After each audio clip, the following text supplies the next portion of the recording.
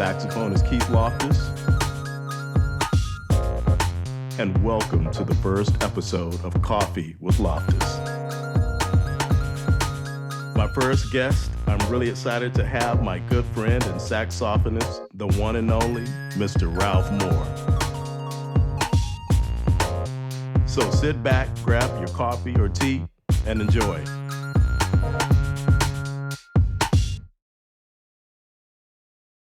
Ralph Moore, my man, Yes, thank you so much for coming on to Coffee with Loftus, being the first guest. It's my pleasure. Man, nice I really to be here. appreciate it, man. Yes, sir. Well, man, let's just get started. First question is, how you been doing, through this whole pandemic situation? I think I'm gonna go without these. Okay. I've been doing okay, Keith. I'm pretty much hunkered down. So I'm just, I'm trying to practice and stay, focused on music and, I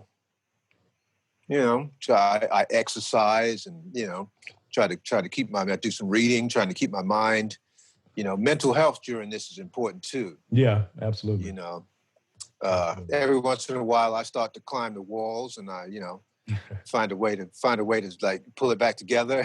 Yeah, I understand. Because, yeah. Yeah. Well, How about yourself? I mean, man, we've been good. It's been crazy though. It's been scary since it started. It's just, just not knowing of, what's going to happen. And, as far as everything, health, work-wise, all of it. It's been crazy. But, man, we've been blessed. We're good. Yeah. We're good. The financial component is really a gray area for most people, man. Yeah. Like how long can we hold out without any income, so to speak? Yeah. That part of it's tough, real tough. Yeah, man. But thank God I haven't been sick with COVID. That's kind of like the number one thing on my agenda right now. Don't get it. Yep. Yeah. Yeah, man. Wow, man. So, man, let's dive into some history. So, of course, you're from London. And I'm from London. Yeah, and what part? Brixton. Brixton. Southwest. Mm-hmm. Southwest London. Cool, man. The Caribbean used to be heavy Caribbean. It's changed now. Okay. It's actually become quite bougie now. Okay. It's kind of upscale now. Yeah. That rents around there. When I was growing up in the 50s and 60s, it was working class, kind of rough neighborhood, home and brave type of place, Yeah. But like in a lot of major cities now, they've changed so much. That G word, gentrification, has changed. A lot of aspects. Yeah, it has. It has, man. So, but it's still there. Did you grow up in a musical family? Well, I mean, I grew up in a family. My mom and her brother were tap dancers back in vaudeville, and they were fairly successful. Wow. Back in the 30s. Wow. In London and traveled around Europe. Yeah. Wow. I came up with not musicians per se, but the culture was there, and my mom had all the music growing up. Duke, Basie, Louis, Oscar Peterson, some Zoot Sims. Yeah, she had some stuff around, man. Nice. I grew up listening to the music. My mom shuffling and dancing around the house. Wow. I was fortunate. Actually, it was excuse me, I put my tea down. It was an American troupe traveling in Europe that picked up my mom and my uncle as kids and trained them to dance. So interesting. Wow. Yeah, it's some little bit of history there. Wow, man. So how did you pick up the tenor saxophone? Well, I started out music. I was always messing around on something. I remember I had a guitar for a while as a kid. There was a piano in the house. I got some tap shoes at some point and was tapping for a minute and eventually stopped on a trumpet. Louis Armstrong grabbed me You know, I'd heard him so much around the house, and he had a resurgence in the 60s, you know, with some of those shows, Hello, Dolly, and Cabaret and stuff like that. And that's when he really caught my attention. And so I started begging my mom for a trumpet back in those days. And she got me up. She took me to the pawn shop and got me a trumpet. And I was up and running. And then my teacher also played saxophone. He came by one day with a saxophone on his way to a gig.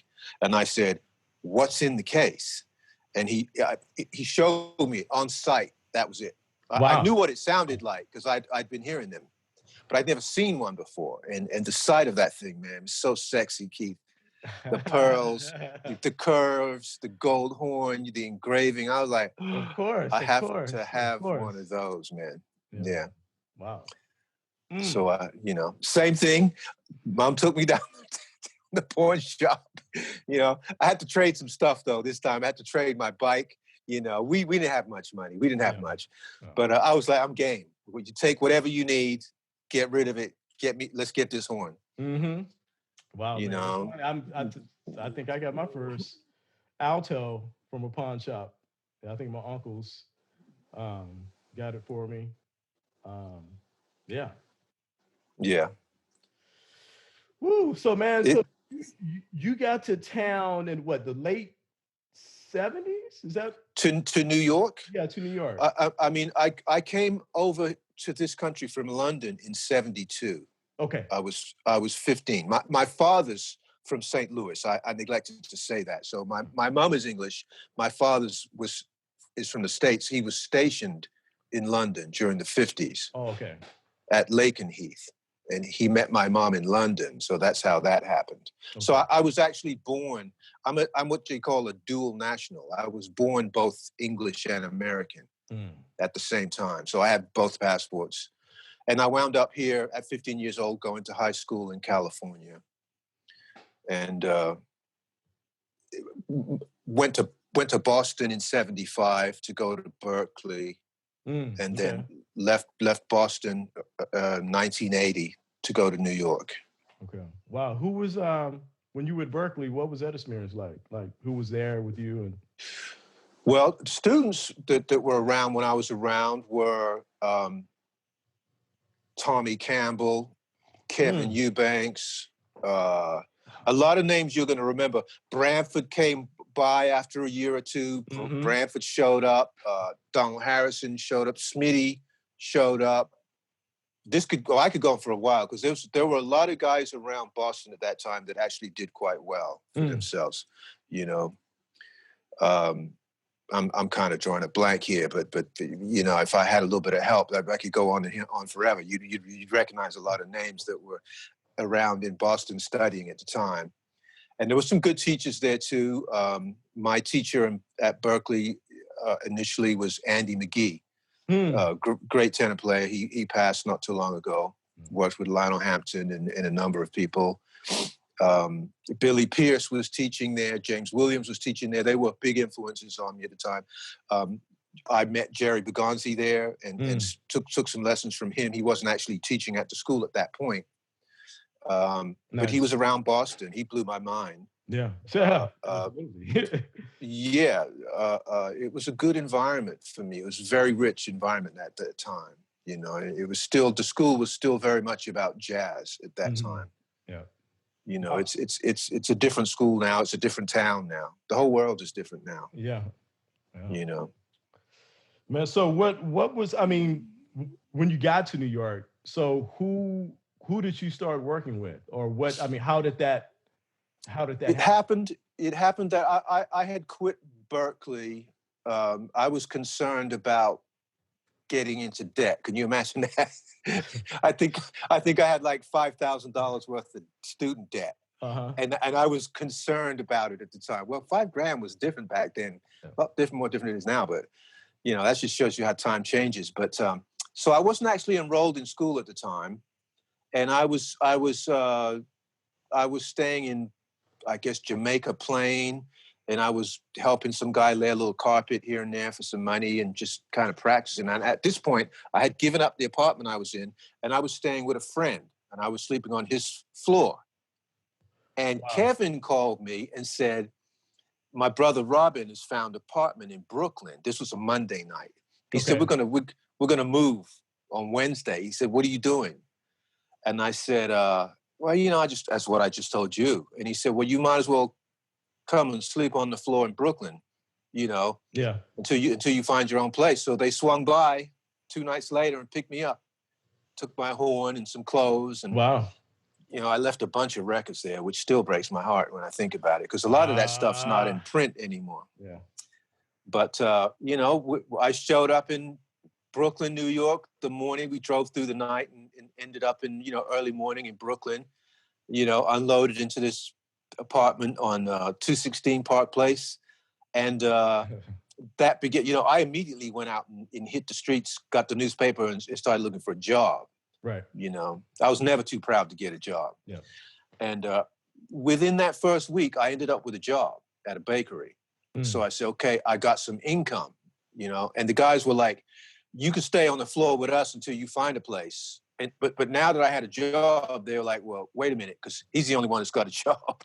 maybe he should stay until we find something, you know? Right. So that's how I got my foot in the door in New York. So after that first week and I had a job, I started to go to jam sessions. And the first jam session I went to was the Jazz Forum when it was in Cooper Union in Manhattan. So I go into this jam session. It was ran by a guy named Joe Jones Jr., which you know, I don't know how many guys are still around that remember Joe Jones Jr. He's a drummer, like his father. And he signed me up. Back in those days, you know, you walk in, you sign up, and they call you up 2 tunes, you know, and they called me up to play a couple of tunes, and who happened to be on the bandstand, but a drummer by the name of Harold White and a trumpet player by the name of, Ralph, don't draw a blank now. I'm going to draw a blank. I can't believe it. I'm looking right at him. I know how to. I can't call his name. Shoot. But they brought me, they dug what I was doing, and they both said, listen, give us your number. Horace is going to be in town looking for a tenor player and a bass player in January. Well, this was October. So I said, I gave him my number. I gave him the number to the apartment. I didn't even have a phone. Nobody had a phone back in those days. You know, right. You had a phone at the crib. That's right. And a few days later, man, the phone rang. It's Horace Silver. Wow. All right. I haven't even been in town a month yet. Wow. So I couldn't believe it. So he said, yeah, I got your number from my Barry Reese was the trumpet player. Barry Reese. Okay. Yeah. And so they said, I need to hear you. So I'll be in town in January. I'm going to call you. You come down to the audition. I said, sure. And hung up the phone. So from then on, all I did was go to work at the bakery and practice. I said, I got to get my stuff together, you know? So I just stayed at the crib and I just practiced and did the job. Sure enough, January came around, Horace calls me, and he was auditioning all week, Monday through, I guess, Thursday, and Friday he would name who it was going to be. And he called me back. He called me back a second time. Mm-hmm. And he said, you know, I want to hear you again.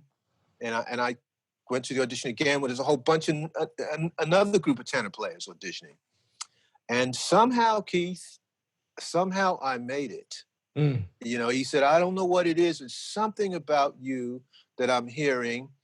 And, you know, I'm going to give you a shot at this if you're down. He said, the gig pays $523 a week. I take out, he took out taxes, he took out unemployment, he took out the works, man. I ended up with like $166 at the end of each week. And I'm on the road with Horace Silver. But, you know, wow. I thought I was in heaven, man. I'm on Horace Silver's band. And absolutely, Horace Silver, absolutely. I got to say this. It wasn't until we got on the road, like immediately that next week we were on the road. And I realized I was in deep water, man, because you know, I was a fairly precocious young player, but I was not professional by any standard, not New York standards. Right. And somehow he had given me this shot, and it was mine to lose now. You know, so I you know, now I'm practicing demon whenever we're not working. You know, he gave me the book. He said, you got 1 week with the book, and I'm taking the book because I don't allow no reading on the bandstand. So I had to learn all these tunes. Yeah. You know, Horace was like interludes, intros, you know, tags, outros. You know how Horace wrote. Yeah. So I had to learn all this stuff real quick. Saving grace is that back in those days, you're working 6 nights a week. Right. You know, and oftentimes you're doing 3 sets on the weekend. And so it's a lot of playing. So within a week of doing the shows every night and in the hotel room every day working on music, I somehow got the book together in a week. He took the book back, and then now here I am. I'm on the band, you know, and it was a hell of an experience. I was 24. I just turned 24. Wow. And I'll be honest with you, I was not ready, not really. But you know, Horace would pull me aside here and there and say, you know, when we play a ballad, don't run all those bebop lines. I'll play a ballad. You play the tune. He would make sure that I, you know, he wanted me to become professional as soon as possible, obviously. Yep. And so he coached me along the way, and you know, I ended up spending probably 4.5 years with Horace. The band changed quite a bit around me, but I somehow stayed there. Wow. You know, man, that's amazing. Yeah. That's amazing. Speaking of Horace, I'm going to throw out some other names. Of course, Horace, Roy Haynes, J.J. Johnson, Ray Brown, Dizzy Gillespie, Rufus Reed, Freddie Hubbard, Cedar Walton, Roy Hargrove. Yeah. And a bunch of others. You know, you work in sideman gigs all the time, so you're working with all kinds of. It was a very rich environment back in those days in New York. Yeah, man. Was there a common thread between each of those greats that you took or you saw every time you played with him? Was there like a fine line that you could like always count on or that you got out of?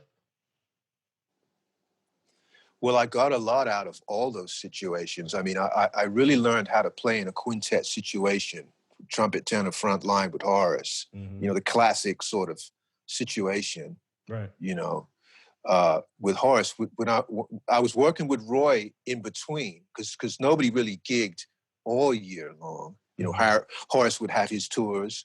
Roy was gigging in between, so I managed to, and I learned a great deal from Roy Haynes, man.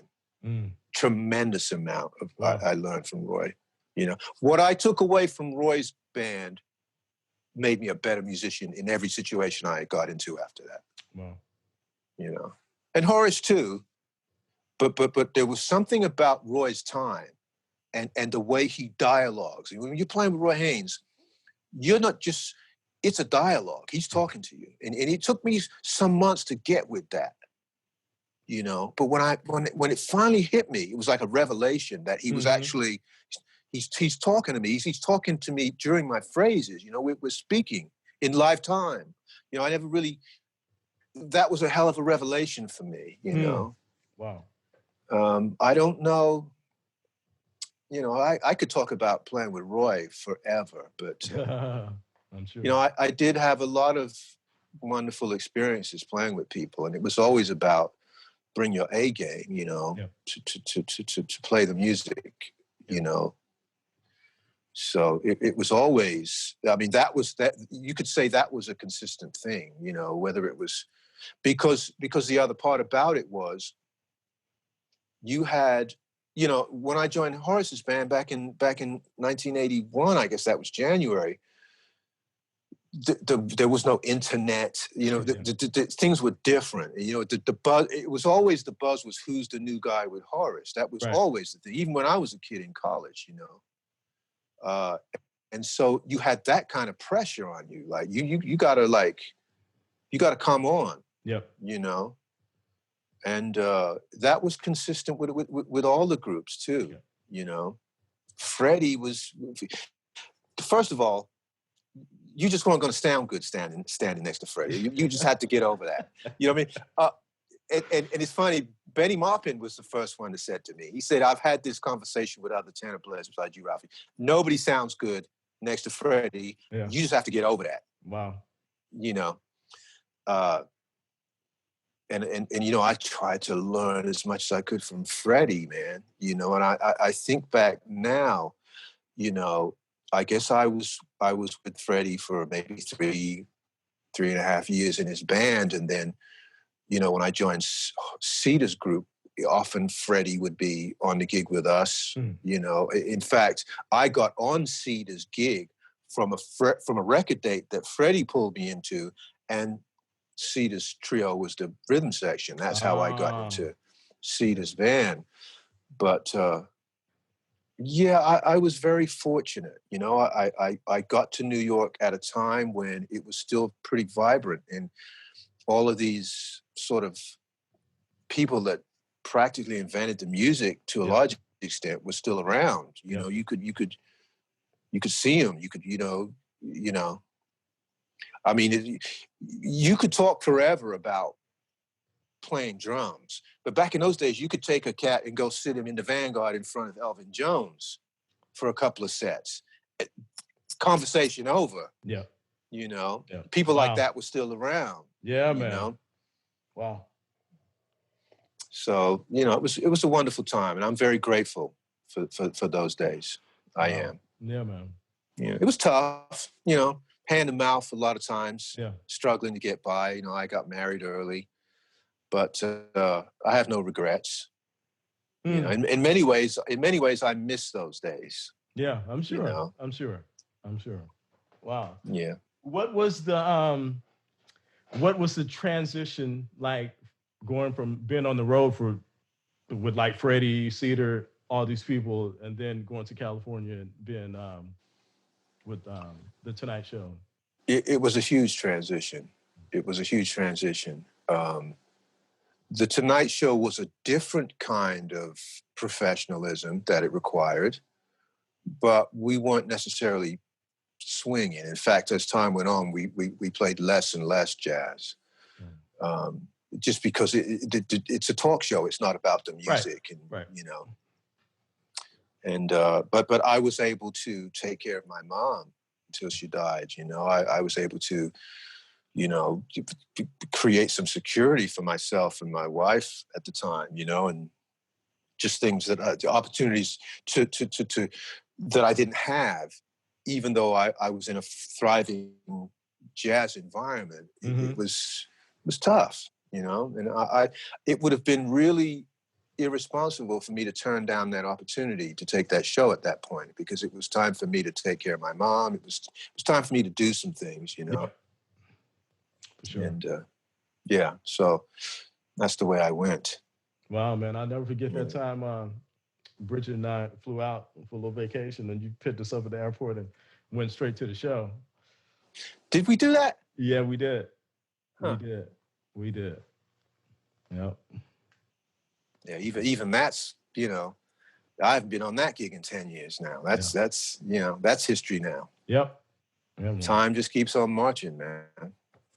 Woo. You know, there's a whole new young set out here now, and you know, they're covering those spaces. Yeah, absolutely, man. So, man, I had a question for you. Are you tech savvy? Are you getting, you know? I'm getting there, Keith. You know, I was dragged kicking and screaming to tech, so to speak. You know? I hear you. I'm still, man, I'm trying to figure it out now myself. Yeah. I was dragged kicking and screaming to Facebook, and I'm still not sure that was a good move, but you know, it's okay. You know, I'm not that active on it, but I've managed to get a few gigs through Facebook, and funny enough, people have found me and like, hey, what do you know?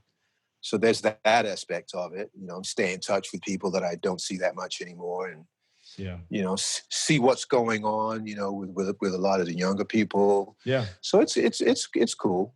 You know, it's also tricky. I'm not really a Facebook fan, but it's you know, I deal with it. I understand. Cool. I understand. Yeah. So I know that you're a big reader. What are you reading these days? I'm reading something, but I just opened this book, ACOA, Trauma Syndrome. It's like it's self-help stuff. you know, I'm curious about astrology. I have a book here on astrology I've been reading. You know, I have a friend that's an astrologer, and she illuminates a lot of stuff for me. You know, just curious about different things. Nice. You know, I'm reading another book. It's you know, I might be in a couple of books at the same time. You know, you never know. But yeah, you know, this and that. I'm trying to study some piano. You know, to try to hit it every day. You know, got my scales going. Try to voice standards, and you know, just try to keep the brain. You know, that's one good thing about being locked down is that I can get consistency. Yeah. Consistency in practice. That's true. You know? That's true. That's true. That's tough to do when you're on the road, or you know, life in general is happening. Yeah. You know. Wow. But I've always been a practicer, so this is good for me for that. Yeah. Yeah. Yeah. Wow. So how things changed as far as the industry from when you started to where do you know, to now, how do you see things going? Well, the biggest change that strikes me is that when I first got to New York, the scene was still pretty much in the hands of the musicians. You know, you'd be like Woody Shaw and Art Blakey and Dexter and Johnny Griffin. People like this, they control their bandstand. Yeah, they hire who's on. You know, they got no problems getting work, so they don't need anyone. So this is, you know, the musicians were pretty much, you know, in control of the scene, and so the scene was to a large extent merit-based. You know, if these guys were impressed by you or liked what you were doing, they would hire you. Your resume was going to get you nowhere because that just wasn't a real thing. Let me hear you play type of thing. Right. And I'm not saying that's so much different now, but you know, the scene is it's quite different. Yeah. It's quite different. And it's a trip for me to get my head around, you know. I'm grateful there's still a scene, you know. The music itself, or what I would call the music, seems to be more. It's not as focused as it was. There's all these different ideas about what jazz is, and you know, the different guys play this kind of music, other guys play in that scene, and other guys are doing that, and you know, and you know, I came up playing with, like, my earliest playing was with Horace Silver, right? As you said, Ray Brown, you know, JJ, Dizzy. This is like, there's no question about what jazz is there. Do you know what I mean? And now it's a wide open sort of field of, you know, well, you know, and at first my initial reaction was to, you know, judge it and, you know, put my boundaries up, and, you know, but yeah, I've relaxed a little bit. You know, you can't stop the world. You know, it is what it is, and you know, so I roll with it. Yeah, you know, and I hear a lot of there's always some good young players coming up too, man. Yes, sir. You know, thank goodness. Yes, yeah. You know, I guess that's what's more so than the scene and any other things that I might gripe about. The fact that there's always a handful of young players that are on it. They get it. Yeah. That gives me hope. You know, I feel good about that. You know. Yeah, man. Speaking of young players and the next generation, do you have any advice for them going forward in the new era that we're in? Well, yes and no. Yes, because I guess experience counts always, even in this sort of youth-driven sort of world we live in now. Experience counts for something. Yeah. But no, because technology has become a huge component of it, and the youth excel there. And me being an older cat, I'm playing catch up on the technology. So in that I hear regard, you. it's kind of flipped. But I can be inspired just as much by the young players coming up as I can by the older players that are no longer here. It's an interesting thing. Yeah. If you relax and just let go and allow what inspires you to inspire you, because inspiration, it's a fleeting thing, right? I mean, it's the most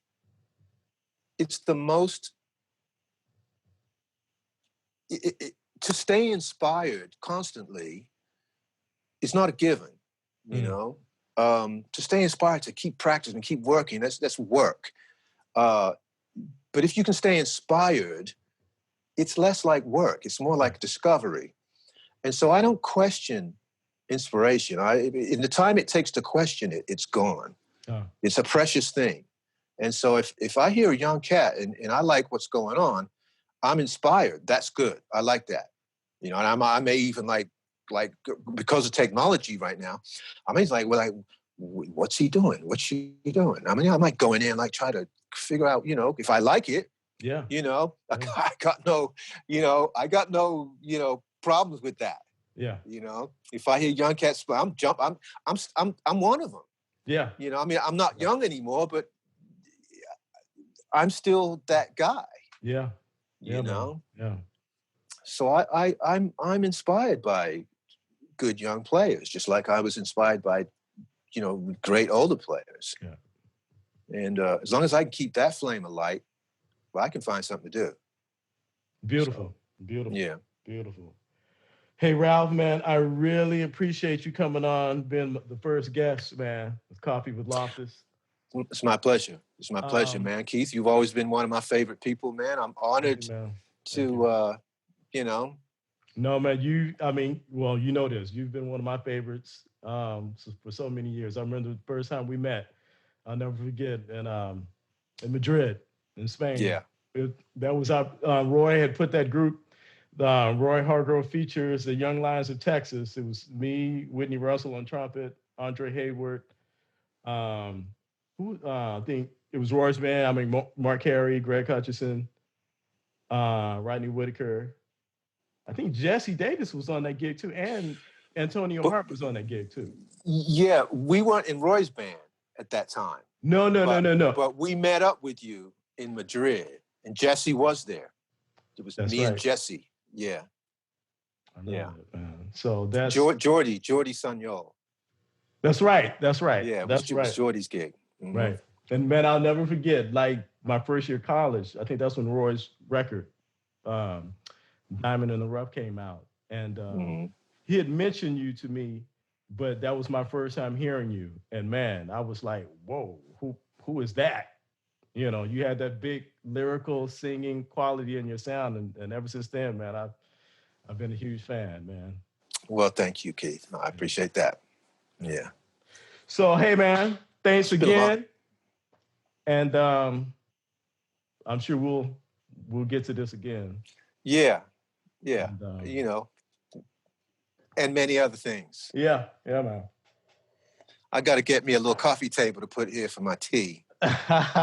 So I'm going bald. You ain't supposed to be looking at my dome right there. You're good, man. It's catching up with me. Yeah. Well, man, I think we're gonna sign off. And until next time, man, we can definitely do it again. And hopefully, man, this year will bring new energy and some kind of way we can get back to doing what we do. Yeah. Well, we're not going to stop. Life goes on, man. We go. It's a really dark time for everybody. And my heart goes out to people who have lost loved ones and family members. Yeah. It's not the first pandemic that we've ever dealt with. Life goes on. After the pandemic of 1918, we had the Roaring '20s. So, it's I'm optimistic that once we get through this and stop the loss of life, that people are going to, the economy is going to pick up, and people are going to want to get back to living, and a renaissance, perhaps even. Yeah. The Harlem Renaissance happened after that pandemic as well. I think so. I think it will happen. Yeah. I don't know. So yeah, I'll see you in the Renaissance. The new Renaissance. Yeah. Ralph Moore, man, thank you so much. My pleasure, Keith. Hey, man, we'll talk soon. All righty. All righty, man. Thank you, man. My pleasure. Bye, Keith. Bye-bye.